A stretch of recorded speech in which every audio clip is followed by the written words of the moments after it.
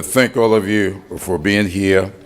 I know that we are up against a couple of things today. I just rushed from a few doors away, talking with the National Council, I guess, of State Legislators about the issues that are developing at the state levels. Many of you may not be aware of some of these things, but if you're focused on the little discussion that's going on in the Senate today about a vote that will be next week, I think you'll get a good understanding of what is going on in the country regarding this new form of federalism. Now, they ain't calling it that, but that's what it is. If you were to block grant health care,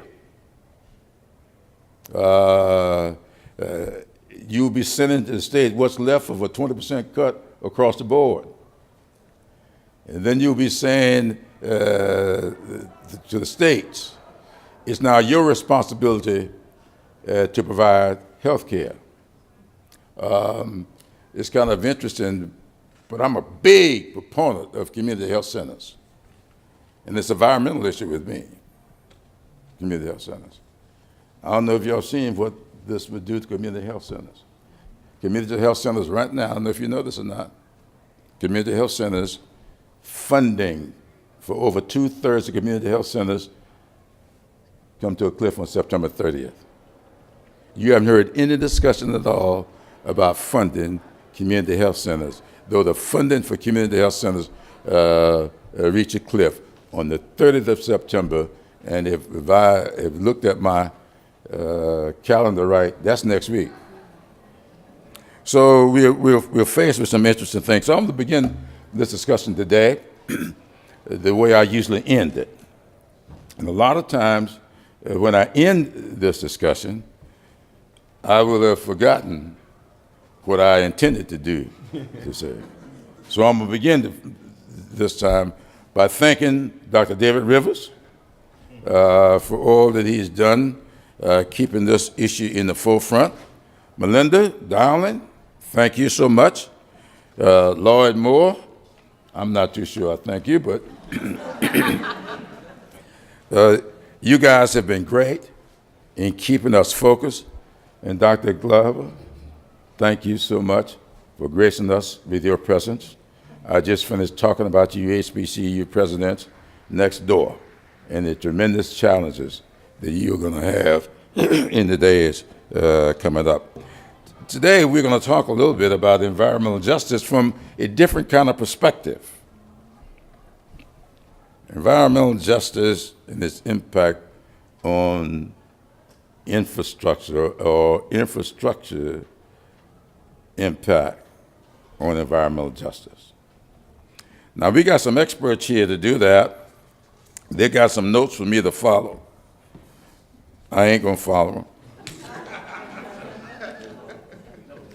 But I'm going to mention a couple of things here. Now, the American Society of Civil Engineers studied the infrastructure issues across the country and where we are as a nation. And let me just share with you how they graded our infrastructure. On energy, D+.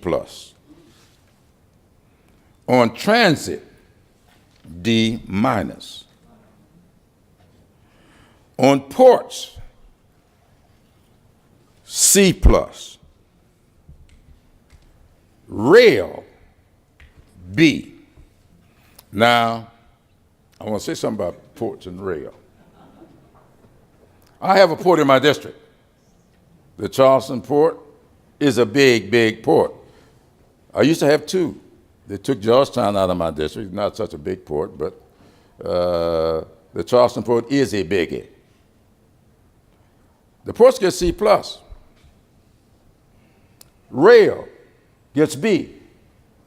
I want you all to ask yourselves why rail gets B, ports gets C plus. Because everything else outside of bridges and solid waste, they get C plus. Everything else get D's. Let me name them for you. Levees,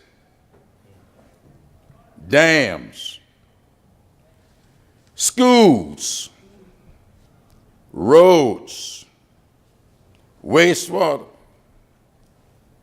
public parks and recreation.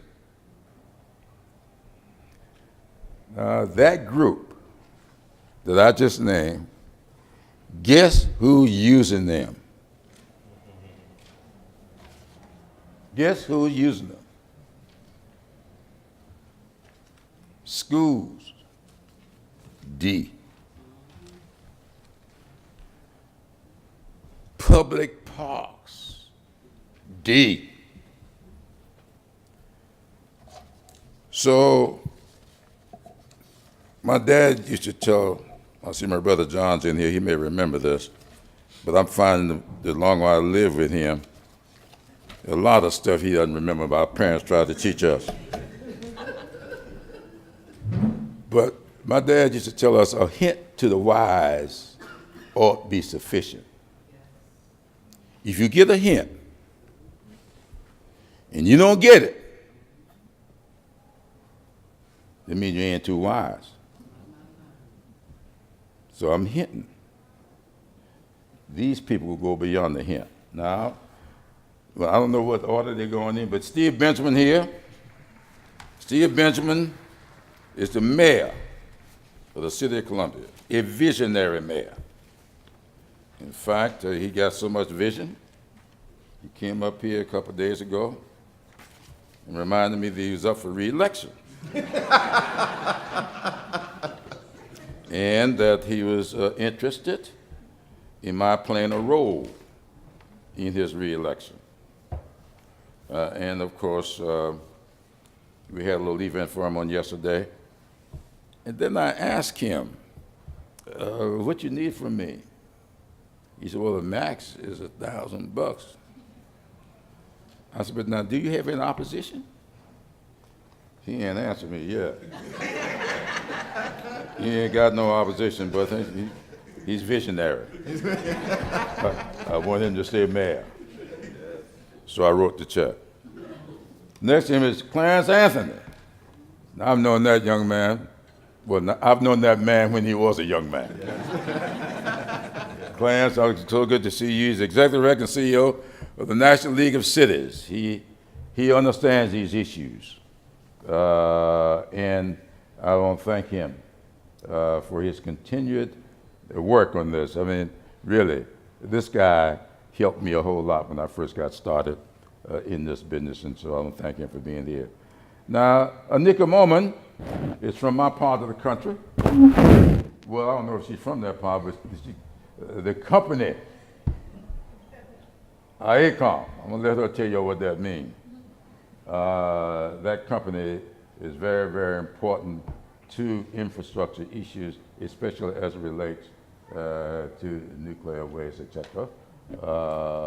And they do a whole lot with me and my efforts down in South Carolina. I thank them so much. In fact, he was one of the biggest supporters of my scholarship program. We gave out 125 scholarships to high school graduates this past August, and outside of Dell, Microsoft, they were the next largest supporter of that, and I thank them so much. Dr. Lauren Alexander, I've heard a lot about her. Of course, it's Alexander Augustine.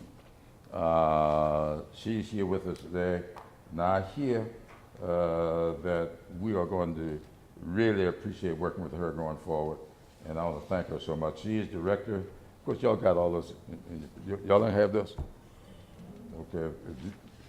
I hate to read things for people because I also believe y'all know how to read. So You see their names up here, you see their represent, they will tell you more about themselves as we go forward.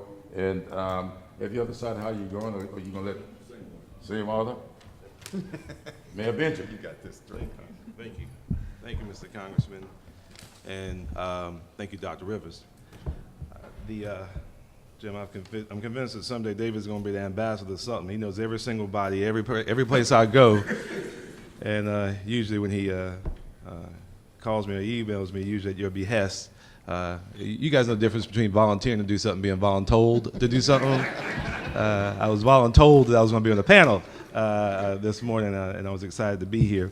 Congressman, thank you for your leadership on all the things that we bring up to Washington seems like every month or so.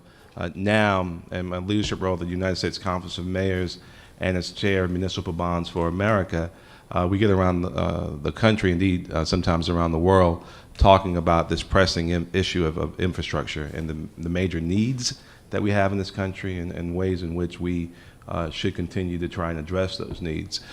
Clarence and I, usually the Clarence and Steve show. We get around and we try to talk some languages that people don't usually expect us to be talking about.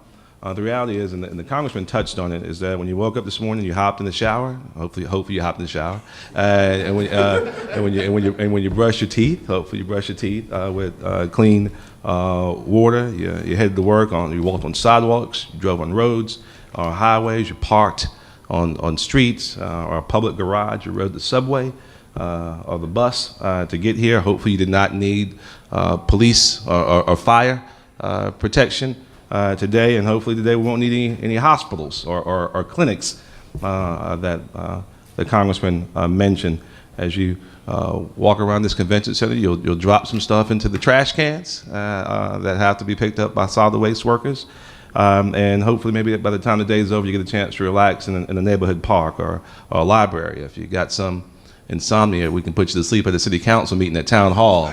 All of it paid for using tax-exempt public financing. The representative of this 104-year-old partnership since the codification of the U.S. tax code that recognizes that now this $3.5 trillion market that serves as the backbone of how state and local governments deliver critical infrastructure to making sure that we remain the greatest and most powerful democratic nation in the history of the world.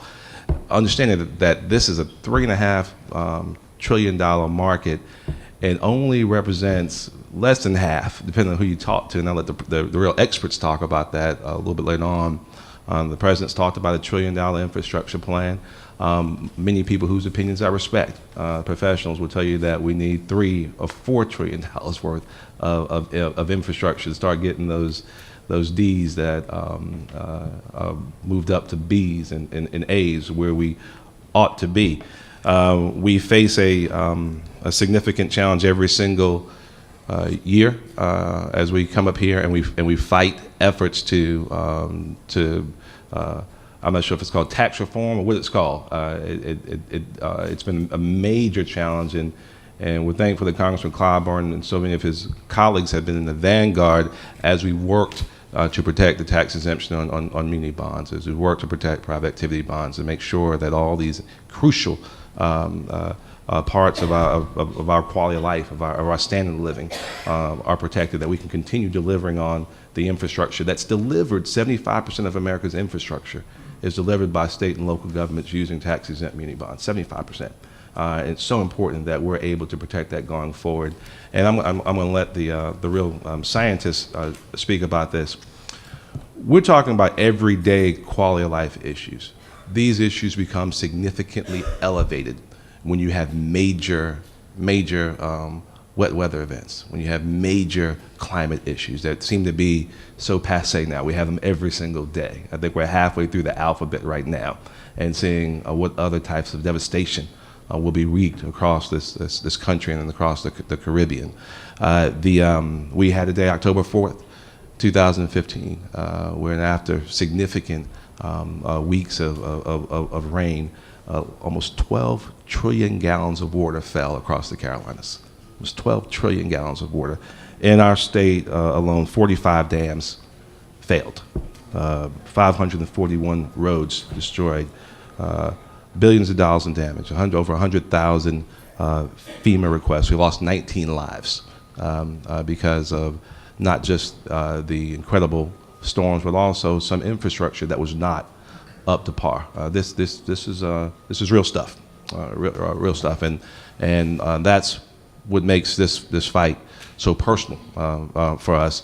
Infrastructure is not an attractive issue. It's not it's not a sexy issue, but it's an issue that we've got to go out and continue to fight for. As the Congressman mentioned, obviously we get a D in infrastructure in so many different areas. Depending on where you're in the country, we know that oftentimes the infrastructure investments that are made are not made in the parts of town that may need them the most. We've taken that very seriously in our city. We've been very active. We've issued about $750 million in public debt over the last 7 years to build roads, to build water and sewer. Another $100 million going to stormwater infrastructure over the next 5 years. We'll spend another $500 million also on the water and sewer over the next several years. We've made that process inclusive. Not only are we creating jobs all across our community, but every single debt issuance we've done over the last 7 years has also had minority investment bankers either running the books or co-managing the books. Every single one has had minority bond counsel or underwriters counsel or disclosure counsel on each of these deals. We take this very seriously as an opportunity to not go from just a disadvantaged position, but also to go to a fully empowered position. And look forward to talking some more about that as we go. Thank you.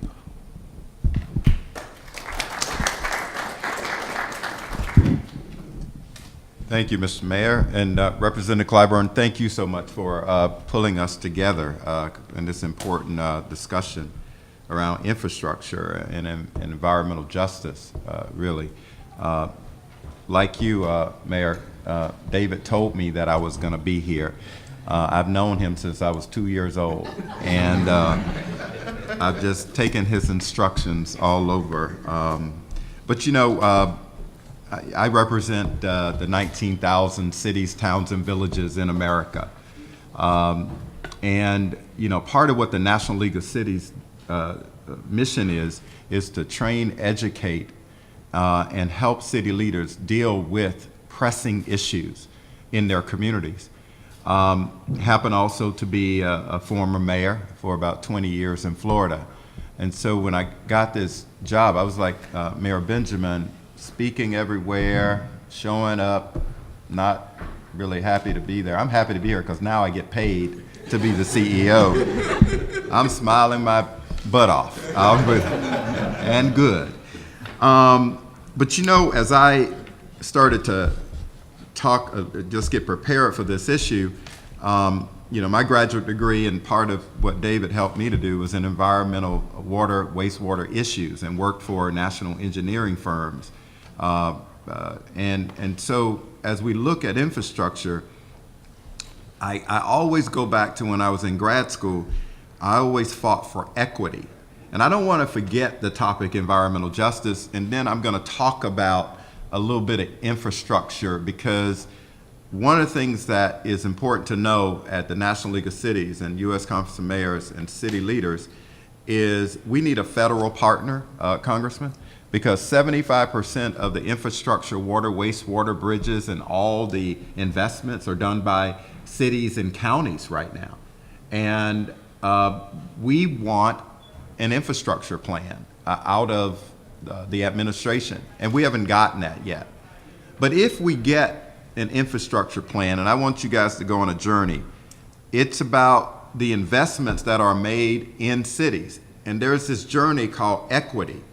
So if we get the dollars, the $3 trillion into an investment of infrastructure, the equity of where those dollars are spent is what I think is important for us to know and to be able to make sure it arrives at the right place. You know, equity is the belief that everyone deserves equal economic, political, and social rights. And so, and with this opportunity, so if we closed our eyes, what does that look like?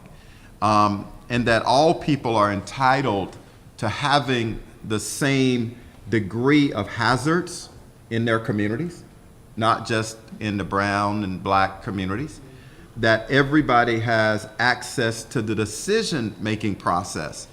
So as we focus on this whole concept of infrastructure, how do we make sure that that vision of equity, access, and decision-making from your local officials and your federal officials about where these sites are placed and where the investment is made?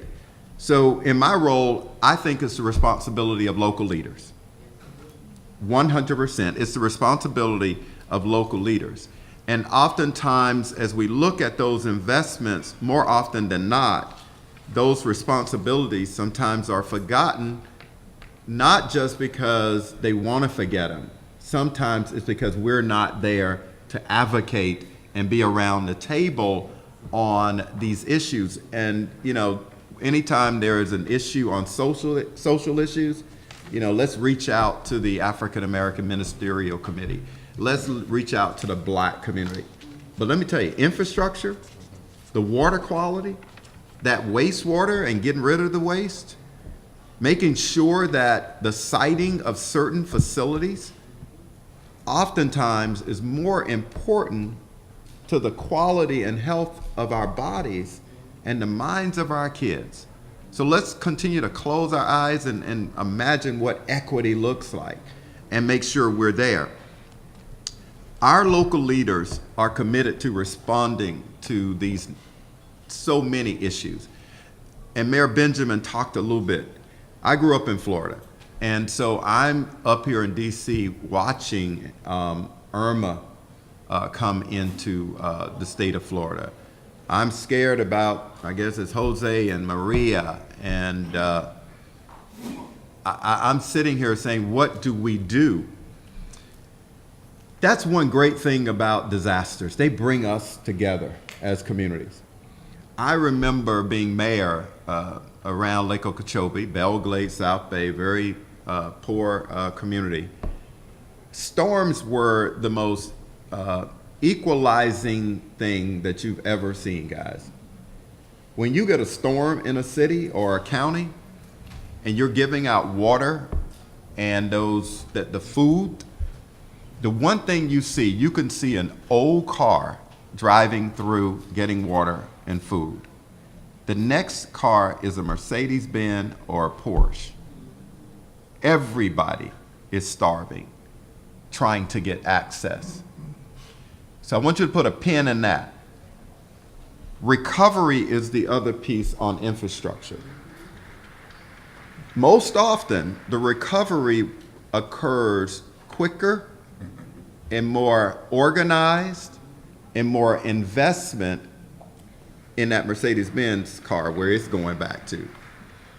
And so as we look at infrastructure, social equity, environmental equity, I want to put a lens on everything I'm sharing with you, that we have to be there in those issues, pushing our kids to learn about this career and these issues related to infrastructure, the environment. You know, I've worked for an engineering firm, so all of those spaces that I don't think right now we're in. Part of it is a historical term that we've heard so often. It's about the institution and the institution of racism that exists so long ago as it relates to redlining, it relates to citing issues, it related to financial institutions and some of the discriminatory practices that occurred against people in brown and black communities. That is true, because that decision-making process sometimes did not have us. And even if it did, Mayor Benjamin and I often talk about, we are invited on panels and people's eyes just roll when we start talking about water issues, wastewater issues. And we were in Jacksonville, Florida, and we were on a panel, and the white audience came up to us later, and it happens to be a black, it wasn't even a black panel, it was just the issues were about water and wastewater and bond financing. And they came up to us later and said, oh my God, I can't believe you guys were able to really discuss those issues of science and water. And For the record, we're in Amelia Island. in Amelia. No, don't tell folks where we were. I mean, come on. I claim project all the time. I do. I don't like people knowing I was in that place. My cred, my street cred goes down, right? We're at Ritz-Carlton as well. So anyway, but you know, the other piece I want to leave you with, that it may be, again, equity and closing our eyes and imagining sites and stuff. But what about the health part? I grew up in Belle Glade, Florida, and we got our water off of the Lake Okeechobee, the surface water. And when it rained and when there was a storm, and the first time it just hit me and I was mayor, went out to see our intake system into our water system. And guys, this is horrible. The storm had just twirled up the lake so bad, there were alligators trying to get into our water system. And we had this screen. And I called my congressional member, and I had Alcee Hastings there, and he went off.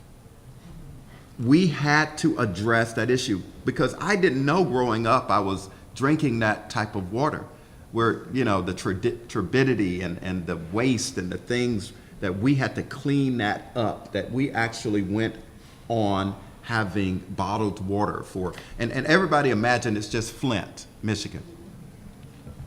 There are more cities that got worse water quality than Flint. We just have not heard about them. Check your reports in your cities. So when we talk about environmental justice, we talk about equity, we talk about all the issues of infrastructure, I just wanted to make sure that I hit those things. So what are we looking at here in America right now? The mayor's already talked about, we're looking for a $3 trillion investment of infrastructure. We're looking for Congress as a partner to help us to address some of those infrastructure needs. It is an embarrassment that we live in a country that has a D+ in infrastructure. It's an embarrassment. Just imagine every day you're taking your kids to school over bridges that may crumble. Just imagine, and I moved from Florida to DC, and I gotta tell you, I ain't gonna talk about our infrastructure and the potholes and things like that. I didn't say that, Mayor Bowser. She's a wonderful mayor, and I mean that, she's a great. But the implications of not investing is about our kids and our families and our systems. It's about getting jobs. It's about congestion. It's about business competitiveness. If the mayor does not have an infrastructure system that's strong, we're not gonna have a strong Columbus. And so, Columbia. So I ask this audience to look at what our next steps are. And I just don't speak to speak. We could be anywhere in America right now. I want to challenge you to do a couple of things. You got to be present on regulatory issues. You got to be present on infrastructure issues at cities. You got to talk to our congressional members about infrastructure investment. But we also got to demand that the issues be brought to us, meaning just being at City Hall is not enough. We have to demand that our city leaders come to us in our communities. We have to make sure we understand and have the courage to know more about public works issues, zoning issues, and the implications on brown and black communities. The water treatment plant systems, siting systems, everything matters around infrastructure. It's about why we're doing it, who we're doing it to, and what we're doing in terms of the investment in our communities. So I hope I've gone through a couple of things and highlighted some hot topics so that the real dialogue occurs when you ask us some questions. Because I got some real things I'd like to share if y'all didn't notice that already. Thank you very much. Great. Thanks. Well, unlike the others, I actually volunteered to be here. Infrastructure is something very near and dear to my heart. I do it every day, specifically in the energy part of infrastructure. And one of the things that's most important to us as the infrastructure engineering community is that support of the local leadership and the championship that comes from the mayors and the city council members and the congressmen who push their staff, who push industry to think outside the box and come up with better solutions, better approaches, more inclusive projects. And it's a really important part of the infrastructure work that we do to have that championship. So I thank you all for that very much. So I want to take a little bit of a different slant on infrastructure and dive down a little bit specifically into some of the factors that are part of the energy picture today. Hopefully I'm sure before you took that shower this morning, you turned your lights on. You went to your refrigerator. Energy is a big part of everything that you do all day. And with all infrastructure, when it's working well, you don't notice that it's there. But when it's not working, you notice immediately that there's a problem. And you may not know what the source of that problem is, that it could be bad design, it could be failed equipment, it could be any number of issues that are sort of behind the curtain that you don't see until there's a problem. And unfortunately, we are seeing that there are significant problems in the infrastructure. So in the energy space, what are some of the things that we can do differently with these projects to improve the benefits to communities? The energy landscape has changed from customers being just receivers of power to participants in the marketplace. So customers are demanding things like understanding the different rate schedules that they're on, the time of use pricing of power. Time of use is a really important component to the power market. They want generation closer to the point of use because it's easier to control. There's less losses. It's less costly. They want energy efficiency. And customers are demanding those things, and industry and utilities are starting to respond to those changes in the market. So I want to highlight a couple of things that are happening, one with the Navy and one in Chicago. The federal government has often been a leader in energy and energy efficiency and now resiliency around their energy infrastructure. The Navy is particularly interesting in that they are located in coastal environments and they face flooding in Norfolk and fires in San Diego and earthquakes in Japan, and whatever the cause of any of that is, it's a reality for the Navy on a very regular basis. And so they've stepped out in front and are looking at how to be smarter about their energy infrastructure. There's a large investment going on in Guam to move the Marines onto Guam. And so there's an opportunity for the Navy to do a holistic energy plan for that site. And they have begun to incorporate resiliency aspects into those projects. Things like diversity of energy sources, location of energy generation, smart grid capabilities. And these are all aspects that when looking at their energy infrastructure from that perspective, there's much greater benefit to the population there because the grid can continue, the costs are lower. But one of the challenges so with the Guam project, the Navy has the money to do this type of work because this is a massive effort for them. But then you look at an installation like Norfolk, where they've got considerably aging infrastructure, and they don't necessarily have the money to do this kind of work. One of the unique aspects of the energy market is that if you save energy through projects, you can actually monetize that and turn it into third-party financing to help pay for that project. And it's a unique element of energy, and because it's very quantifiable, it's very measurable, and so therefore it is monetizable. So in a place like Norfolk, the Navy is saying, well, we need to do a lot of work on this installation to upgrade our energy infrastructure, both from a mission assurance and resiliency standpoint, but we know that this has larger community benefits. In a place like Norfolk, that base is as much a part of the community as the community is of the base.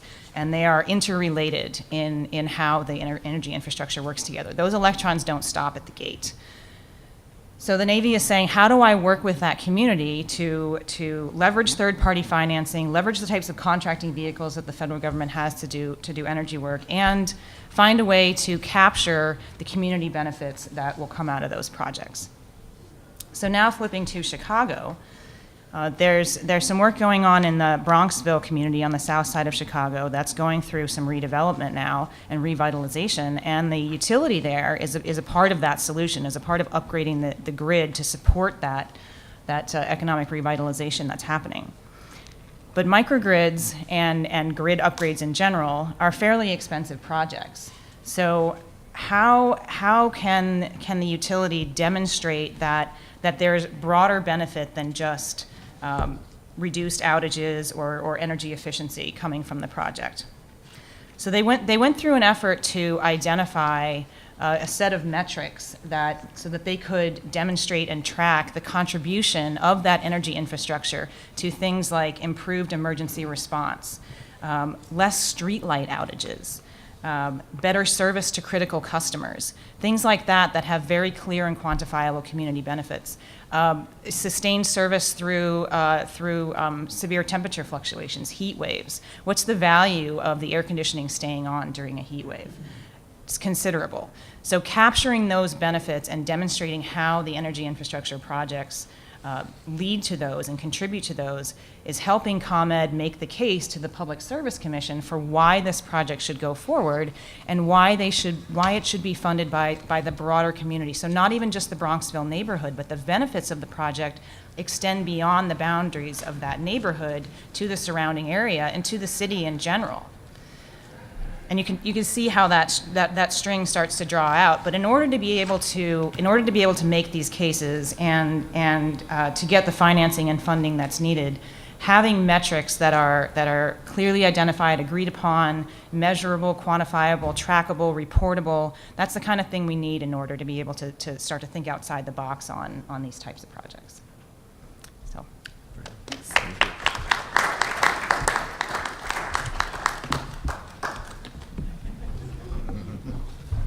Take the podium because I'm a scientist and I can't talk without graphs and a PowerPoint. So I have about 70 slides I'm going to go through. They're all, no, I'm just kidding. My name's Lauren Alexander Augustine, and I'm at the National Academy of Sciences. I run the program there on risk, resilience, lots of natural disasters. So we've been a little bit busy these last few weeks, but a few weeks before that, Mr. Albert George back there from the South Carolina Aquarium, one of my biggest favorite troublemakers down in Charleston, called me and said, I'm going to introduce you to my next favorite troublemaker out of South Carolina, Dr. Rivers, and said, I wonder if you can do us a favor. Can you talk at this thing? I was like, sure. No one invites me to go anywhere, so I was like, this is great. Get me out of the house. So I thank you both for the invitation. It's an honor to meet you, Congressman. I'm going to, like I said, I'm a hydrologist by training. I'm a scientist, and so we are very good at telling you where water is going to go. When it falls, we have predictions, we have models, it's going to fall in a river. It's great. We can tell you where the water is going to go. Where it becomes a disaster and creates risk is where it goes where it's not wanted. We're okay with it in a river. Anyone here an engineer? No. Yes, good. We want it in the river. That's good. It's when it ends up in your basement, in your street, in your house, in your car, that it's kind of a problem. Mayor Benjamin talked about major wet weather events. And at the academies, we get a lot of questions about, are the storms really getting worse? Are they more frequent? And the answer is yes and yes. Flooding, particularly, is something that happens all the time. It happens everywhere. It happens every year. So in the United States, I don't have like a real presentation. I just wanted to get up so I'm ready. In the United States, it happens every year.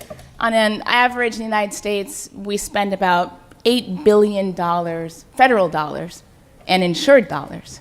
So the uninsured losses, the personal losses, we don't really have a great count of that, but for federal losses, it's about $8 billion a year. And we lose, unfortunately, about 200 lives per year, okay? So this is what we're talking about. Now, Baton Rouge, in 2015, Columbia, 2015, these are once-in-a-generation kind of floods, right? For those areas. But when you look nationally, They happen about once every 3, 4, maybe 5 years. So we're looking at big floods that are extremely destructive, they're extremely disruptive, and they are expensive. And they're happening all the time. Now, I said that it happens every year. It also happens everywhere. And there's a piece that the hydrologist training doesn't tell us about, and it's the people that are affected, right? And so there's a question around water rising, coasts sinking, rivers expanding, right? There's the piece about the water coming, but the other part is that the people also come to the water, okay? And so, next slide. I just want to point to you this map. This is a population density map. This is from, 1930 to 2000. Where it's purple or gray or whatever that middle color is, that's people leaving, okay? Where it's dark, it's where people are going. And so I blew up the legend because that's 5,000% increase. And where is it going? Southern Florida, Houston. Okay, so it's going to Las Vegas. That's a whole different set of risks. But, but you can see that the dark green areas are on the coasts, right? So we have people moving to the coast. And anyone here live near water? We like living near water, right? It's good. That's great. I'll also tell you in 1980, I don't think I have a chart for it, but in 1980, between 60 and 70%, my Council of Cities here can correct me on this, somewhere between 60 and 70% of the American population lived in urban centers. It's wide because it might be urban, it might be urbanized, there's a bunch of definitions, so it's 60 to 70%. Today, it's between 72 and 82%, okay? So not only moving towards the coast, not only are we moving towards the water, we're moving towards cities, okay? Any of the people who live near water live near a river or a stream? Okay, so you know, right? Do you have flood insurance? Yeah. See? All right, anyone else have flood insurance in here? Excellent. But for people who live in the city, like Washington, D.C., like New York City, Philadelphia, Chicago, there's lots of streams that you can't see anymore, right? We culverted them, we needed a space for the city. It doesn't mean the water went away. It means that it went underground. It went into culverts. It went into infrastructure that was built maybe 50 years ago for the design life of, say, 50 years. So now you start to see underground seepage. You start to see wet buildings. You start to see mold. You see kids out of school for health reasons because they're in a house with wet stuff. They have respiratory issues, right? They're not going to school as often because they're out. Attendance goes down. All these things, this all contributes to what we call urban decay. And so when we talk about urban flooding, we're not really talking about floodplain flooding, and we're talking about a lot of money in flood loss. We're talking about, let me just flip through here. Oh, I didn't even put the slide in. All right, great. There is, yes, I did put the slide in. Okay, here it is. This is Baltimore, if it shows up. This is Baltimore. Anyone here from Baltimore? So you know Baltimore. The white spine down the middle, the real light, that's the Jones Falls, right? And it comes down, you see the white area. This is a social vulnerability map. This is roughly, you could say, rich to poor, you could say black to white, you could say working to elderly, you could say English to non-English speaking. There's lots of things in this social vulnerability. But you can see the spine along the Jones Falls that goes down to the harbor. This is where people are the least socially vulnerable, people who have the most resources. Out of this, and I call this my social butterfly map. This is courtesy of Sam Brody out of Texas A&M. I told him I'd give him credit for this. If you see this as a butterfly, that's kind of the spine of the butterfly, and then you see these colorful wings coming out. The darker the red, the more socially vulnerable, okay? Anyone ever hear of Drew Hill? The Wire, right? So oh, this is too small, but it's one of the dark red areas, okay? And so what we have here, we have infrastructure really built nicely along the Jones Falls. It's beautiful, beautiful high gradient system coming through the center of Baltimore. Immediately outside of it, almost along the lines of the white to the orange to the light orange, the infrastructure isn't quite as needed, right? It's built to contain it. It doesn't mean, so these areas flood, and they flood all the time. And at the bottom, like there's where the Patapsco is, and underneath it, it's dark red. It floods. It's nuisance flooding. South Carolina, you guys know what I'm talking about. Nuisance flooding all the time. So we talk about flooding. We talk about people. I want to talk a little bit about land cover, because when the water does come, it rises, it falls, but when it hits any new roof, any driveway, parking lot, anything that we consider development and advancement, the water moves differently, right, AECOM, right, Annika?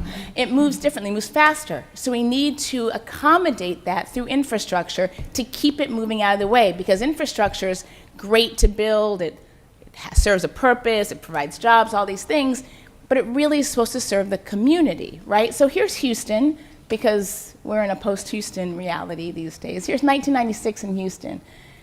In 2010, this is the difference in land cover. So Houston's not only a big city, it's a really rapidly growing city. It's on the coast, it's flat, and it gets a ton of rain on a normal year. So when 4.5 feet of water drop out of the sky in a place like Houston, you have all this impervious surface now. It has no place to go, and so what happens?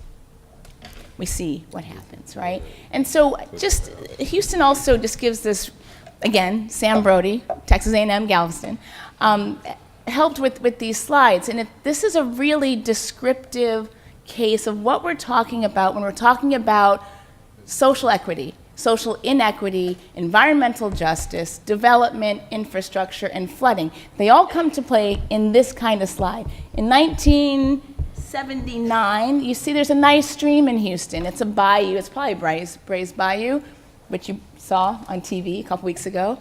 1982, same kind of thing. 1985, suddenly this floodplain looks like it grew. But the floodplain didn't really grow. It was the impervious surface around the floodplain that makes it flood in a different way.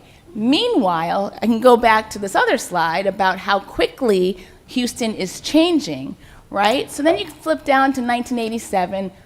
The difference between those 2 years isn't great, but 2000. Now think of what happened in Houston between 1987 and 2000. This is the explosion of Enron and all of the energy and gas stuff that was going on that Enron really spearheaded, as an example of a big company growing, happened in this phase of time. Now the development is so much that the whole place is a floodplain. The whole place is a floodplain, right? Do they have flood insurance there? Well, not really, because it's not in the 100-year delineation SFHA zone, right? And then now in 2016, that's an inundation map. Okay, so I am going to end, because I could talk for a long time. Not only the electeds like to talk. But I will just say this, that my job at the National Academy of Sciences is to make sure we bring science to action. And it's action like this at the extremely local level. We're talking about zoning, we're talking about planning, we're talking about building codes, things the federal government has no role in at the local level. But the local officials have control over that. So when you think about that, my job is to make sure we take the science, the models, the maps, the flows, all that kind of stuff, and we say, what does it look like where you live? What does it mean for you to take action? Right? And so the other part of my job is to work with communities, which is how I know Mr. Albert George, to build their resilience. How can you take scientific information, make local decisions with it, so that you're building your local resilience, so that you are actually more attractive to the big dollar infrastructure investments, the big dollar mitigation grants and stuff like that from the federal government to continue building. So my closing word here is, it's not just about the water, it is about the people. The people are local, and the actions to build more resilient communities start local and grow national. Thank you.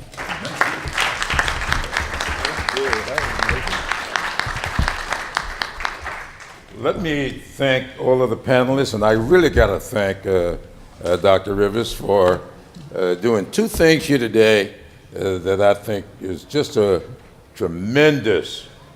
He got really good, very prepared panelists who knew how to keep it short and sweet. Y'all were good. And we've done this presentation in such a way that we've got good, ample time for Q&A, which is what we really want to do here. And I'm going to start with a question about this chart, because I've been reading some stuff of late that goes back to what Mr. Anthony talked about, and that is the impact of regulations on this change. I'm told, you can tell me better, that the reason we got this is because the growth took place with almost no regulations. Is that true? I will say that I am not from Texas. One. I do not live in Texas. Two, no. But yes, there is truth that in Houston, particularly Harris County, they have a very loose relationship with zoning. I'll leave it at that. Well, I'll add, one, you're correct. I'm not from it either, but in grad school we studied cities in terms of what regions have good development planning and processes. And honestly, Houston was used as an example, and Michael, you probably saw it. Houston was used as an example as one that did not have real comprehensive land use development planning prepared. But what you also see in this map is infill. In terms of that bayou, you can see it narrowing. So people were, like in Florida, I grew up, they build on the ocean. And here you're seeing the development occurring in low-lying areas. Thus, the water has nowhere to go because that was where they naturally were. So yes, Congressman, that is a basis for why we see some of the problems. I think the reason I raised that issue is because we are fast approaching, I told you, we have some other folks coming very soon, on where is the sweet spot when it comes to regulations. This big fuss that you hear, people campaigning within elective office on deregulation. If they ain't talking about deregulation, I'm talking about tax cuts. They may camouflage it saying tax reform, and they're saying about tax reform. It's about tax cuts. And I thought that the word that you used was just so good, equity. And equity, it should be our watchword in the next few weeks and months. Not equality, but equity. Because if you treat every community the same, and I got an early education in this when there was when the Shaw decision on wastewater and equity. So it wasn't but equity. Well, one of the cities that I represent now, I wasn't representing then, filed a complaint with the Justice Department. And I was running the agency, was designated to investigate the complaint. So we go to investigate. The complaint was that they were not spending money fairly. Well, what we found in the investigation, that they were spending money in the low-income areas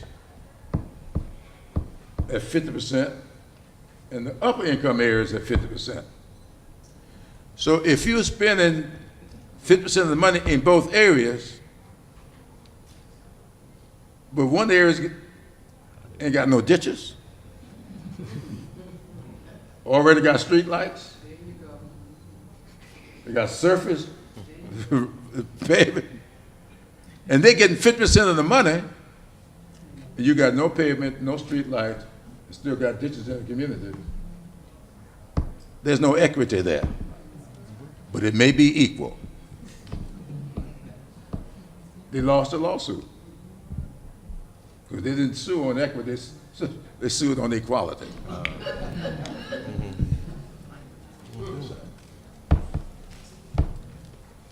Any other questions? Yes, sir.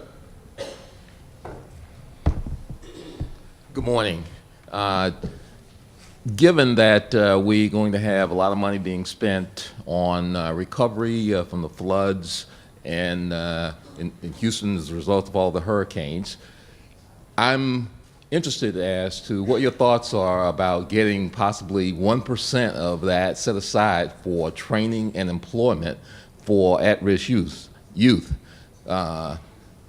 We are looking at possibly $15 billion out of the Treasury for the Houston area, and $150 million would go a long ways towards getting a lot of minority youth employed and trained. We need a workforce, and this would be an opportunity for a workforce development effort. And what legislatively can be done in order to look at creating a development workforce as this money is being expended. And that also goes for infrastructure. These may be only 1 or 2 trains that are going to be leaving the station under this administration with a significant amount of money. And if we could get some training and development and employment associated with that, it would be a big benefit. I would be a big proponent of that. In fact, I think 1% is too small. I'll be looking at a bigger percentage because we got all the cover we need. You see, usually when you have this kind of expenditure, you got to find some way to get it beyond ethnicity and beyond being racialized. And so when you talk about this water and where the flooding took place, that's all the cover we need. So I would entertain proposals from any group making a tremendous investment when you talk about the loss of jobs. And that's what's happening here. One of the cases that got to me was a man walking through water trying to get to work. I'm not talking about trying to get to know $100,000 a year job. This is a guy that was making hourly wages. He's trying to get to work through all of that water. So this would give us all we need because there's a tremendous loss of jobs going to take place here. And you're in a catch-22. What's up, man? Because you're talking about, well, we got to train people for jobs, and then there's no place to train them. The schools are gone. There's a lot of cover here, so 1%, I wouldn't limit myself to 1%. And I agree. I think there's significant opportunities in our city. We've had a long-standing partnership with our Urban League. Our Urban League actually runs our summer jobs program, our summer work experience leadership program, and it's been a wonderful partnership for over 2 decades.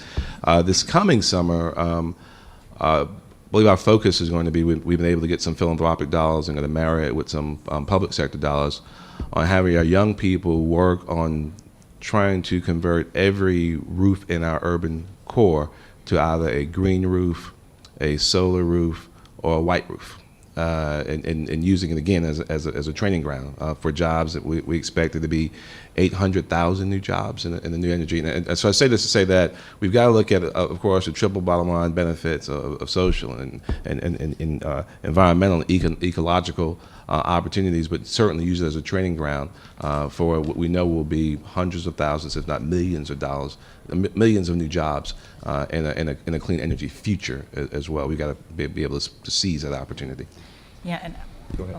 Just add briefly that even before these disasters, industry was facing a shortage of skilled workers to deal with the infrastructure backlog. So absolutely, having those types of apprenticeships and training programs as a part of this rebuild is incredibly necessary for the future of our infrastructure in general in order to be able to maintain it. Just very quickly, also, I think you need to talk to your political leaders. This is going to be a major amount of monies coming into these communities. Small and minority-owned businesses have got to be a part of the reinvestments in communities, because the engineering firms and the other firms are going to make their bottom line profits in a major way in storms and hurricanes. Again, make sure you're minority and women business, and get prepared. If you don't have a business right now, get you a business card and do public outreach. I did it, and in Florida. So I became a businessman in 30 minutes. No, there's opportunities in these storms. And that's not just biblical either. Yeah. Go ahead. Senator, how are you? Good afternoon. My name is Joe Gibbons. I'm chair of a national organization called the Energy Equity Alliance. And the word equity is what we're talking about here. And we advocate for low income, fixed income, and people of color in the energy space. And I heard two key words here, metrics and equity. And how do we take the metrics? I know this afternoon Mayor Benjamin is leading a session on smart cities. And when I think about smart cities, I think about the electric grid. Now, I live in Florida. We just had Hurricane Irma. And we hear often that when we have these hurricanes, how come our communities are the last ones to get our lights turned on? How come we're the last one to get restored? So when we talk about equity and we talk about metrics, since we have measurable instruments to measure that, how do we then turn that into public policy to make sure that we are not the last ones to be restored when we have outages, that we don't miss out on opportunities that are going to be involved in smart cities and the grid, because the grid is the foundation for smart cities. So then how do we make sure we have equity in that space? So I think it comes down to the way that your utilities are evaluated. So right now it's how many customers are out, right? That's the metric. What's the frequency of outages? How many people are out of service? But it's a lot more than that. So what I was talking about in the Bronxville neighborhood in Chicago, where they're saying what's the emergency response times, what's some of the public health benefits, economic viability, service to critical customers. When that becomes part of the equation that the utility is both measured by and compensated under, that's what changes their behavior, and then they're not just looking at, well, how do I keep the number of people without power down, or how do I restore power fastest? They start looking at what's the real need of the community with the grid. So Well, that's what we talk about when we say equity. Yes. Yeah, but it really comes down to the utility and the public service commissions that govern them, and Well, getting that word into them so that they change those. My thing is, as they deploy smart cities and smart meters, then since you can build those You have the metrics based on information. real information, Right. that should drive the public policy. Right. I Yep. agree. Thank you. My name is Gloria Gertman, and I live in Houston, Texas, and I did survive the hurricane. And I'm a real estate broker in Houston, and I have found that some more regulation is needed. Homes, subdivisions that are built right next to the reservoir, I just don't understand how that could happen. How could that happen? The whole subdivision, all around the reservoir. You know, what could be done about that? And also the bayou, they're improving it now, but it's for so long it's flooded our community, but now it's improved a lot. None of the I hate to sound racist, but the poor communities did not flood during this hurricane. But it's incredible how these. It seems like the builders are running the city. They just build a subdivision everywhere where it shouldn't be. On the Brazos River, 2 feet from who would want a home next 2 feet, but people do. So it's interesting. Houston is a equal opportunity flood zone. Mm-hmm. It's a flat place, it's big, it's paved, it's next to the ocean. if it rains, Houston's a place where, as you know, it's hard to clear the 1-inch afternoon rainstorm. That's right. 4 feet of rain is going to challenge any place. What's interesting, one of the things that's coming out of some of the discussions I'm hearing out of Houston, and it might really blossom into quite a fight, is around the flood history of properties at the point of sale. Now, what I didn't show in Houston, just because the data aren't that reliable, I don't want to leave with a false impression, but of the people who are required to have national flood insurance, to hold flood insurance by the NFIP, the rates of claims were pretty arbitrary in Houston. The claims paid out inside of the SFH, the Special Flood Hazard Area, and claims outside of that. So it's pretty arbitrary because it's an equal opportunity flood zone. But some of the stories that we're hearing out of Houston that we heard in July, I was down there in July before Harvey it hit. flooded. Before Harvey hit, is around people who are repetitive flood victims, and yet they don't want to make a record of that for fear of reducing their property value at point of sale. And one of the pieces that's coming out is, should it be required at the local level that a property that has been flooded has to be disclosed as being flooded? And there's a big We have fight. to disclose that. Yes, I mean, for public safety purposes, and one of the things I'll just echo and I'll emphasize one of your points, that in Houston, the $1 million new homes are flooding with the same frequency as the smaller ones. Homes that never flooded before, and then the homes that did not flood with the hurricane flooded when they released the water from the reservoir. And those that's right. people had never ever flooded, and they are very angry. Right. And so they're all suing. And there's other pieces to it Yeah. too, right? That some of the infrastructure put in for like sound walls for the highways ended up being flood walls, and became reservoirs effectively. So there's a lot, but one of the pieces that I think that you will probably see firsthand, given your profession, is this discussion around, do you disclose your frequency or flood history at the point of sale? And some of the developers and some of the real estate people are pretty strongly against that. Thank you. Hello. My name is Lee Edgecombe, and I'm an architect in the Washington, D.C. area, and we work on recovery planning for post-incident types of recovery planning. One of the problems that I'm seeing is that when you mix what you call different events, metrics, along with public policy, you have what's called asset management, okay? And asset management is something where if you're trying to predict the consequences of failure, you need to understand what the probabilities are. And so we're seeing what the consequences are right now in all these different cities that are flooding.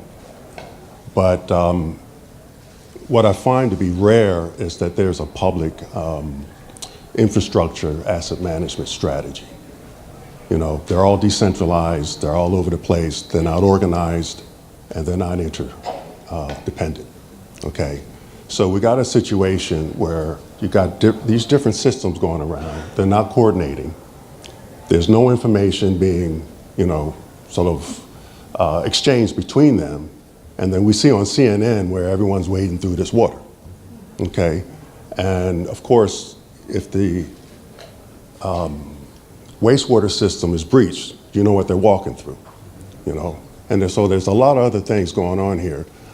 Where do we stand with a national policy to try and help this situation so that local governments and regions and so on and so forth can utilize this kind of preemptive measure? Because right now, we don't have it. And you keep going to these, through these recovery exercises, and we continue to do that. You move from Jersey to Sandy, you go to Houston, you go to Florida, you go to the Caribbean, and it keeps going. It's cyclical, okay? So what do we have on a national level that can be more of this kind of asset management assessment so that we know what our probabilities of failure are in a system? The military does it, okay? Utility companies do it, you know that, all right? And some federal agencies do that as well. But we don't have a national agenda that gives us that opportunity as a region or as a city or as a community. Because we all know what the vulnerable populations are. They're always going to be the minority populations, you know, the senior citizens and so on and so forth. We already know all of that.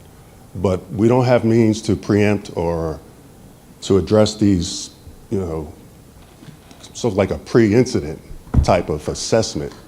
Then we'll never know what the extent is of damage. So, let me say the first piece, 'cause I think that everyone will want to comment on this. When it comes to a post-event recovery phase, once an event is presidentially declared, right, you get the Stafford Act invoked and the federal funds start to flow. The federal funds go to the state, and it's up to the state to determine how those funds are spent. It's the design of the system. I'm not saying it's perfect. But that's recovery, right? That's for the recovery. That's recovery. That's for the recovery. And that's where a lot of the asset management comes in, because in this country, I mean, like I said earlier, we spend a lot of money on disasters, but it's because we're replacing stuff. And for the most part, you know, the same flood in Houston was happening in India. There were 10,000 dead, 4 million displaced.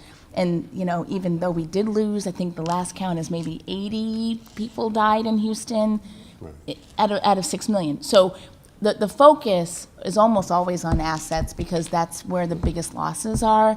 And as far as coordinating state or regional approaches for managing those assets in equitable or even smart ways, it's not really built into the federal structure. But I'll let that I'll pass down. I'll just first start with the acknowledgement that America has to acknowledge that something is happening in our environment, and it is in the climate, and that, you know, in December of 2015, we were in Paris at COPs 21, this major convening, and there was an accord signed that acknowledged that we were going to work on this as a nation. And then our new administration came in and said that it's not. And debate whether something is happening or not, we should not be there right now. We should acknowledge that these storms and all over the world, not just in the States, is happening too often. Right. And so in terms of a coordinated effort, Mayor preemptive. Benjamin, as part of the U.S. Conference of Mayors and the National League of Cities and other organizations, we're saying as city leaders, we're going to sign our own accord individually as cities.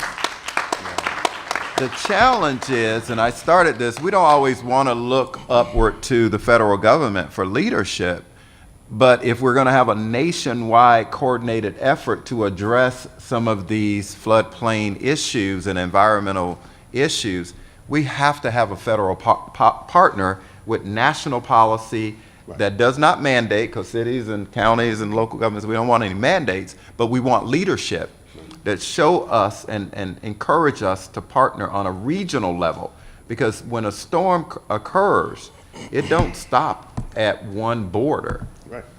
It destroys that entire region.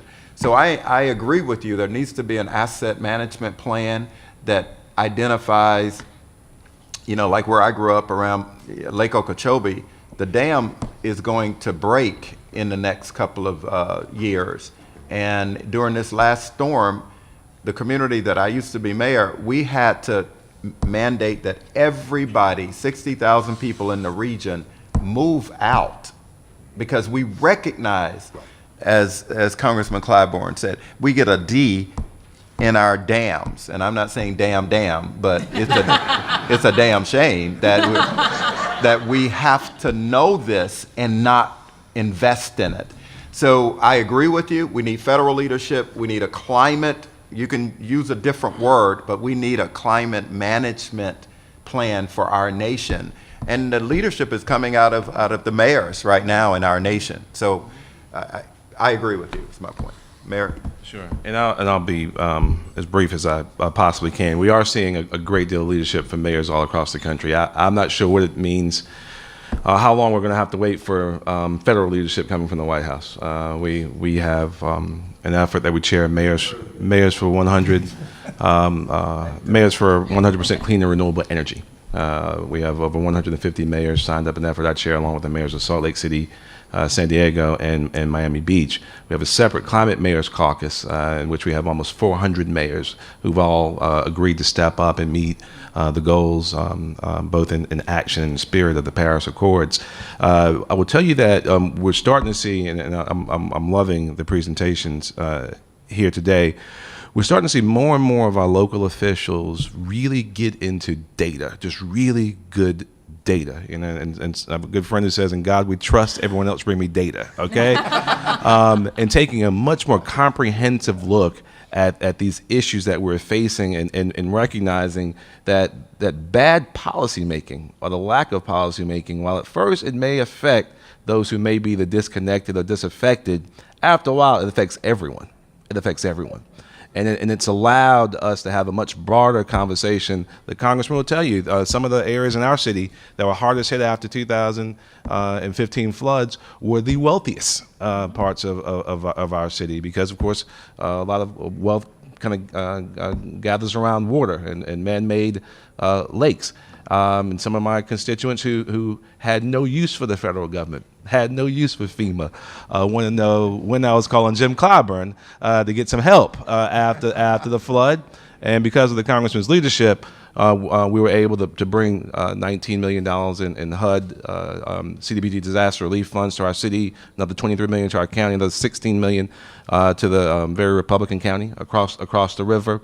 But it came there, and what I really appreciate about the funding is that it doesn't just come to address existing assets. There's a focus on mitigation funding. There's a focus on resiliency and preparing for the future. And if you focus on deploying those resources and leveraging them as well with muni bonds, as we talked about, and other sources you might have, significant amount of philanthropic money coming to this space right now too. If you leverage it properly, then you can really help address some of these areas where that have been neglected in different ways for a significant period of time. So there's a good bit of data out there. The lack of leadership from the White House in this space has also, I think, had an effect of really catalyzing a whole lot of really smart, thoughtful people who are really trying to put some solutions ahead. So that might be the I'm a silver lining in the dark cloud kind of guy. So whether we're going to get that type of leadership from the on the national level, I don't know, but I will tell you that all across America, in American cities where 85%, cities and metropolitan economies where 85% of the people now live, you're seeing some really dynamic mayors all across the Alps who are trying to lead the charge on creating really equitable and sustainable communities. Yeah, and if I can just give you a couple of examples of where this is starting to happen. I agree. I mean, the need is there, and local leadership is stepping up, and even some federal agencies are stepping up because they're saying, I'm not going to wait for this to be policy. I know it needs to be done. So I'll go back to the Navy in Norfolk. They are working with, they're doing a joint land use study with Hampton Roads and Norfolk and the Navy. And the Navy is paying a significant amount of the bill, but it's being run by the local community. And they're saying, we're all in this together. What are we going to do? We need a plan with all the stakeholders at the table. In order to figure out what our future is here.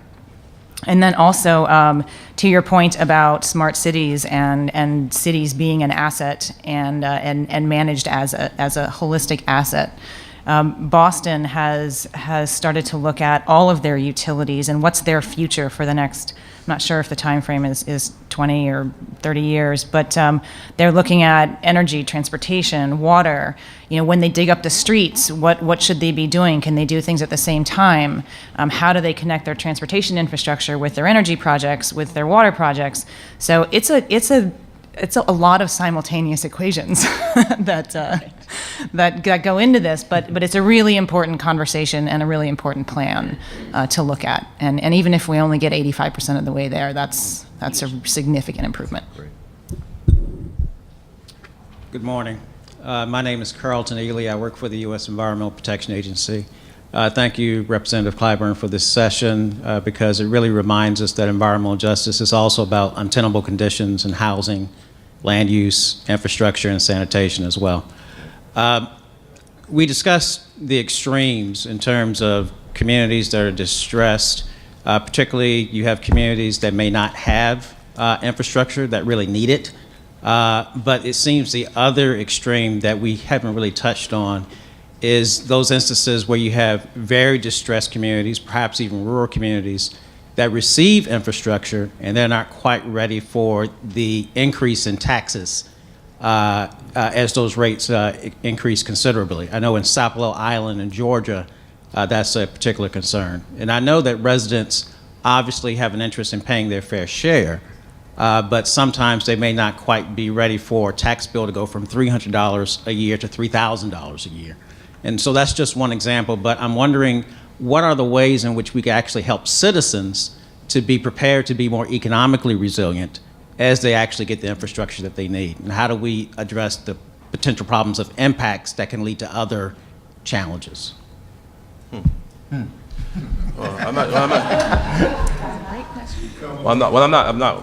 not aware of tax bills going from $300 to $3,000. I will say this, that obviously before we ever institute rate increases, we of course compare ourselves to other communities. We do a sensitivity analysis, an analysis that shows whether or not our folks can actually pay those rates. It plays into our rate making. The reality is that the cost of deferred maintenance, however, significantly increases the amount of services and infrastructure we can deliver. We identified the fact that we needed to spend at least $700 million on new water and sewer infrastructure. Post 2015, it became clear that we needed to spend probably another $100 million on addressing our stormwater needs. And we've been vigorous, we've been transparent, we've been working hard to deliver on these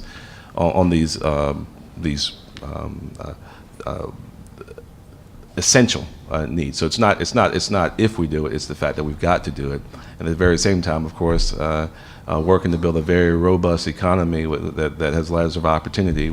Our unemployment rate is below the national average. We've finished 5 of the last 7 years with a budget surplus. We've worked. We have the same taxes that we have 10 years ago in our city. So we've been delivering these resources to our city residents in a way that's very fiscally responsible. At the very same time, we recognize that as we shift into this new world in which we live, this new gig economy, this new world in which income volatility is real, that every single opportunity that we have to help people keep more money in their pockets. We deployed an effort with nonprofits like Solarize SC, in which we are helping people, financially helping them put solar panels on their roof. You may not be able, with this weather events now, maybe you are, but it's very difficult to get people focused on the idea of preparing for this cataclysmic weather event that might come in 2100 if we don't stop the Earth's temperature from going up 1.5 degrees Celsius from where it was pre-industrial revolution.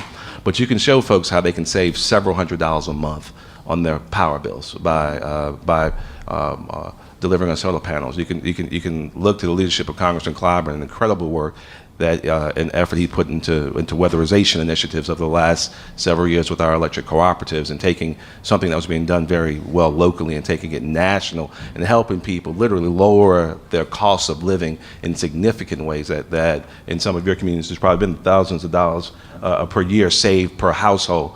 So you got to do all these things in a very comprehensive manner, but with the resolute commitment that the infrastructure has to be delivered. That in this, if indeed we are going to be the most powerful and prosperous democratic nation in the history of the world, we can't have third world infrastructure. And in some places all across America right now, people are drinking leaking water from terracotta pipes, wooden pipes. in some parts of the country still. It's amazing. It's amazing.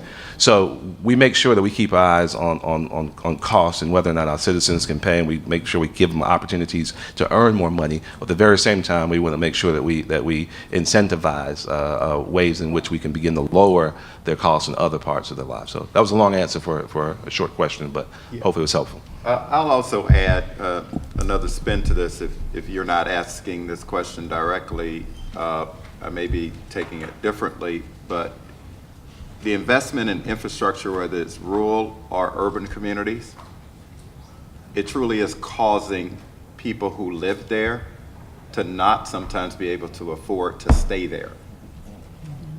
So when infrastructure starts to happen in urban communities, we're seeing gentrification and the change in that population. And a lot of people of color, especially here, when I moved to DC, I moved in the Northeast, I wanted to live in a predominantly African-American community. Infrastructure started occurring in a major way. And I gotta tell you, my neighborhood is not the neighborhood I moved 5 years ago. And so your question may be, how do we develop public policy so that people are not run out of their community? First of all, some of us are making that decision to sell our property and make profit and move to the suburbs. So we can't blame the infrastructure and the system on that. But I do think that there needs to be a lot more thought and incentives to help those who desire to stay there once the sidewalks and the neighborhood restaurants and all those things occur. We've not gotten there yet, and I think our local leaders need to think about that. I'll also tell you that there is tax reform going on right now in the House and on the House side, and there's an attack on state and local tax preemption right now. And you're talking about having an impact on your ability to afford a home and write off that interest investment. So there's a lot going on at the federal level. But the point is, nationwide, the infrastructure is coming, and nationwide, there's a change in the demographics of urban communities because of the investment. We just need to figure out how we get the balance. Sorry. Hi, my name is Soleil. I work for a communications company, but this is more of an interest question. So given the unpredictability with climate change, we don't know exactly what's going to happen, how bad the storms will get. I live in California where there's drought at the moment, or not at the moment, but in the past few years. My question is really around what are the innovations or kind of new ideas that engineers and architects and builders are putting forward to future-proof infrastructure to kind of survive this turmoil and last, instead of 50 years, 200 years in the future, and like what are the kind of new innovations that are going on at the moment? I'll let the scientists take that. Drought is particularly tricky because it's slow onset. You don't know you're in a drought until you are well into a drought. It's a dry season, and it's a couple dry seasons, and then it's a problem, and then you're a drought. You know what I mean? And then you don't know when it's going to end. So I'll let the professional speak about the infrastructure piece, but on the innovation side, in this country, about somewhere between 2/3 and 70% of particularly in the West, right? So we're talking about stored water, lots of dams for storage. Bureau of Reclamation only works in the western states. Most of that water irrigated and reclaimed waters for agriculture, and there's a lot of opportunity to increase the efficiency of how water is used in agriculture, particularly in the arid states. And so even a small increase in efficiency in the agricultural setting will go a long, long way for some of the austere water restrictions that you and your Western friends are going through now. I mean, you washing your cars and watering your lawns, it's marginal compared to how, growing rice in Tucson. You know what I mean? So there's a lot of opportunity there in the agricultural space in terms of technology, irrigation systems, ways to do drip versus spray. A lot of moisture is lost in evapotranspiration and just plain old evaporation. So I think that for the drought, the other piece on the drought is that there's a lot of policy questions. Like I said earlier, I'm a hydrologist. You tell me you want to move water, we can move water. The Big Thompson moves water across the Continental Divide. The Army Corps of Engineers moved the Mississippi to go down, moved the Atchafalaya to go into the Mississippi. It's not like it can't be done. The question is, should it be done? And that's a different question. That's a values question. Is it more important to save the almond economy out of California so that China doesn't get it? Some people say it's an issue of national security or national economy, right? Because China can take it, but it's 72% in California. That's a big part of our economy. So it's not can we, it's kind of should we, but on what we can do right now is improve agricultural stuff for the drought. And specifically, just in terms of like the technologies or the sort of new materials that people are using to try and help address the flow of water. So even on the flooding areas, how do you make use of the new flood waters and kind of turn it around, if that makes sense? Well, I'm not a water expert, but I will say that there's some very simple technologies like water sensing on irrigation systems. And if it rains, don't turn on the irrigation system. But so using some very simple smart sensors, and we certainly have the ability to interconnect these smart sensors today. You can do everything off of your cell phone. So, it's a very dispersed problem, right? It's going to take a ground effort, one by one, to move through these systems, to move through these facilities, to add the smarts to them,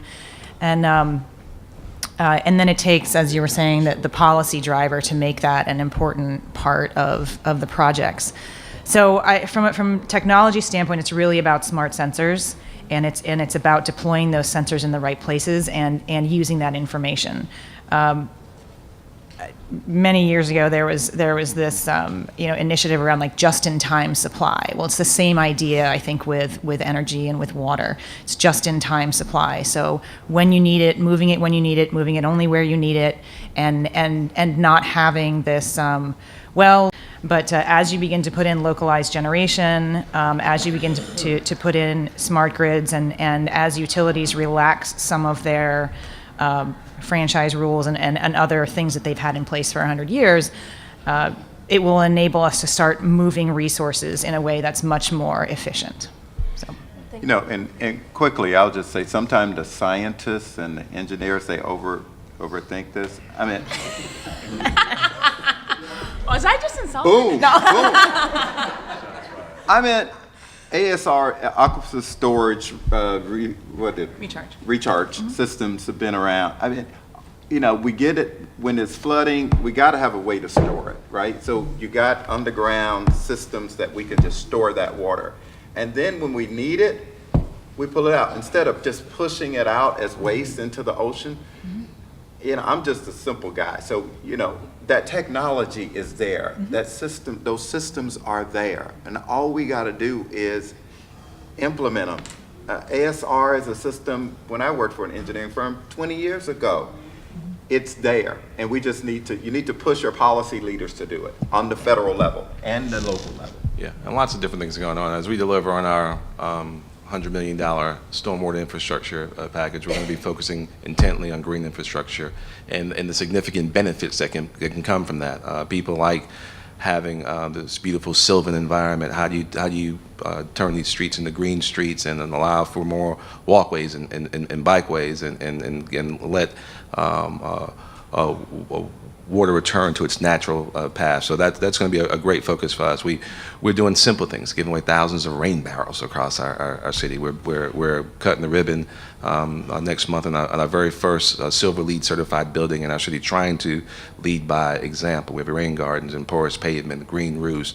We've again incentivized, as we kind of look forward, incentivized the delivery of solar. And to date, we've got enough solar panels installed that have the effect of removing greenhouse gases of 13 million car miles, the equivalent of 6.1 million pounds of carbon dioxide, 13,000 barrels of oil from our community and our environment just in our city alone.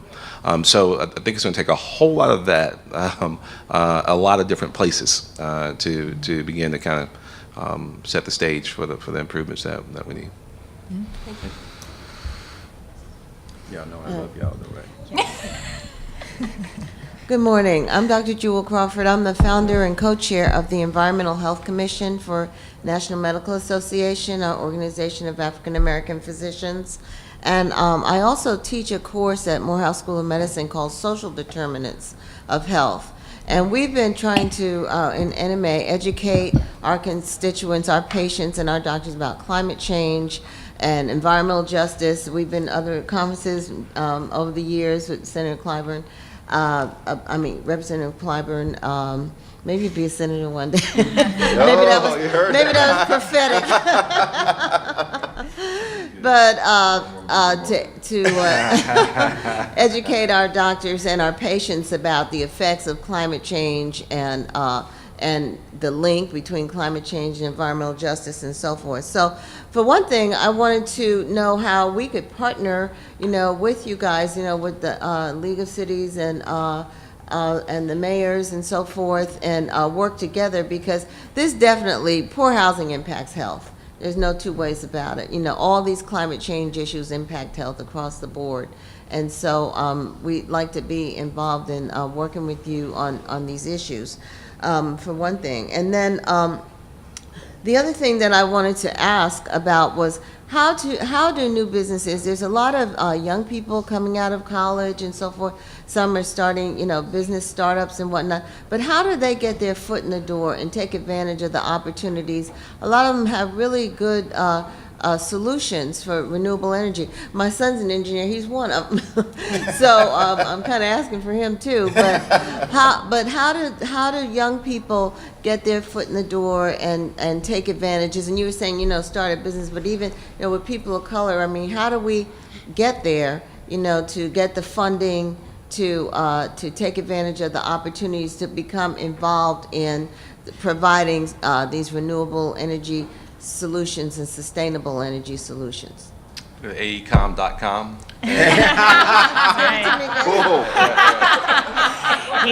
Hiring significant number. We are. Yeah. That was to my point earlier. And about they're a client of the city, so I'm just saying. Yeah, right there. I think it's on my. Just snap a picture of her car. Right now. On the first one, let me just say that the National League of Cities is committed to this issue around sustainable communities, dealing with it from the racial, economic equity, and the leadership. We created an initiative called REAL, and that's going to talk around, really not only talk, but hopefully give sustainable training to city leaders. A lot of this, the data and information I shared was because I have a great staff. Cooper, would you raise your hand? We would love to partner with you, and Cooper is the person that you'll talk to. The final part on getting us into these areas, there are so many STEM programs that I cannot promote them enough. And honestly, I wish when I was younger, somebody would have told me not to go in political science and government. That's not science. And would have exposed me to some of the STEM issues. And so I hope that we will lift and challenge our kids to really buckle down. And I've not been successful. My daughter want to be a theater major. Yeah, really. So I'm going to be doing. Let's see if we can, as a group here, decide that we can expose us into that area a little bit more. And once I worked for those engineering firms, I then went out and opened up my own business in environmental planning. So I got all the knowledge and relationships, and then I opened up my minority-only owned firm, and I was a subcontractor, not to just one, AECOM, CDM, CH2M Hill, Montgomery Watson, I mean, you name them. I was not committed to nobody when it came to my business, because they all had to achieve those minority goals. So that's just some ideas, and get with them first and just start thinking about how you create your own. And just one more quick plug, the National Academy of Engineering has a very active capacity building and youth outreach along the STEM lines, and there's like Girl Engineer, and there's an underrepresented vein as well. Some of those involve competitions with cash prizes, some involve mentoring, some involve partnering with universities for the K through 12 and then the undergraduate as well. So there's a lot of opportunities. I'd be happy to connect you with my NAE colleagues. Okay. What was the name of the group? National Academy of Engineering. Okay. Oh, your group. Okay. Okay. I also just wanted to add one thing to what the gentleman before was saying about the costs of the infrastructure and whatnot. And just one model to look at is cooperative. There's forming energy cooperatives in communities, and so maybe that's something, with the infrastructure changing, that his community, I don't know where he is now, but what his community could look into forming solar cooperatives and renewable energy like that, and then everybody has a share in it. Thank you.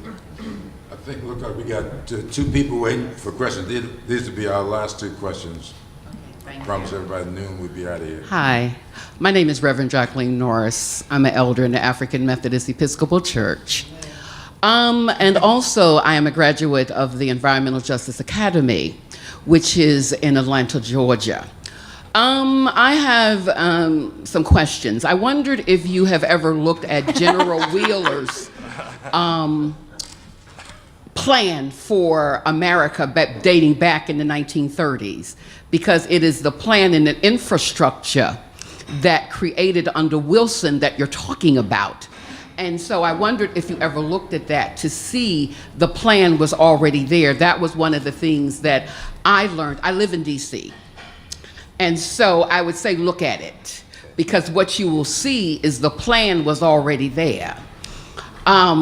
Secondly, I wonder if you know that the Academies of Science has been using Phoenix and Baltimore as a study as it relates to green infrastructure and stormwater management. It's been 25 years. I took an environmental management course. Let me give you a little history. Wait a minute. Let me give you, okay, yeah. We're all going to get out here. Yes, go ahead. Okay, I'm sorry. Where you? Yeah, I'm sorry.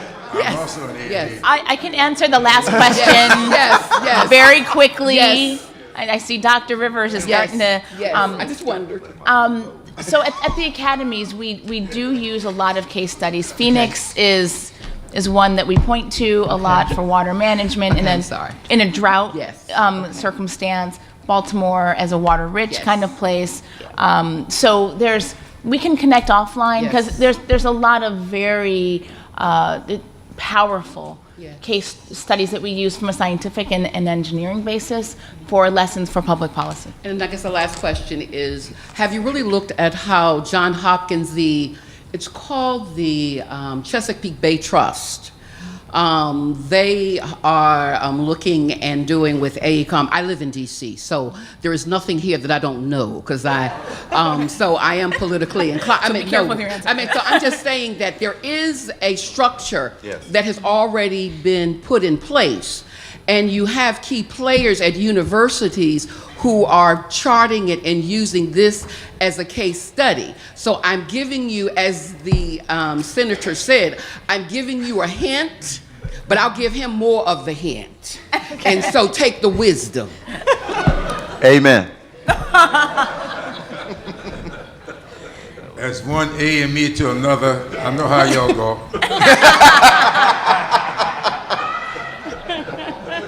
It's still morning. Good morning still. We have a few minutes left in morning, right? So thank you so much, Representative Clyburn, for the panel. I'm Laureen Bowes. I'm from the New Jersey Environmental Justice Alliance, and we often review policy, and I was wondering if you have any hint of the timeline for the infrastructure bill. We would love to be able to review it and add whatever we can in terms of equity. We did that for the Clean Power Plan. There was nothing in the Clean Power Plan about equity except for a paragraph at the end that said, we think that this plan will increase emissions of carbon dioxide in environmental justice communities. We ended up writing something about 20 pages or so on equity, and it was added to the Clean Power Plan. And then it died, right? So, but we would love to do the same for infrastructure. And they're not just the New Jersey Environmental Justice Alliance, EJ communities across the country would love to be able to add something about equity. And, you know, some of us are advisory members to EPA on environmental justice and environmental policy. I'm not sure where the infrastructure bill comes out of, because then we could look for it and be able to respond. Well, it'll be multi-jurisdictional. If you have an infrastructure bill, I have no idea. When, right? If anybody can tell me you've got some idea about what this administration will do and when, I think you're lying. So I have no idea. And nobody else got any idea. Right. They keep talking about infrastructure. They keep talking about tax reform. They keep talking about a bunch of stuff. Nobody knows what's going to happen. I'll tell you what we can do. Craig here will be handling these issues in my office. Craig will take your card or something. Okay. We'd gladly loop you in Thank you. to any kind of discussion we might have. All right, thank you. Because we really would like to hear from you.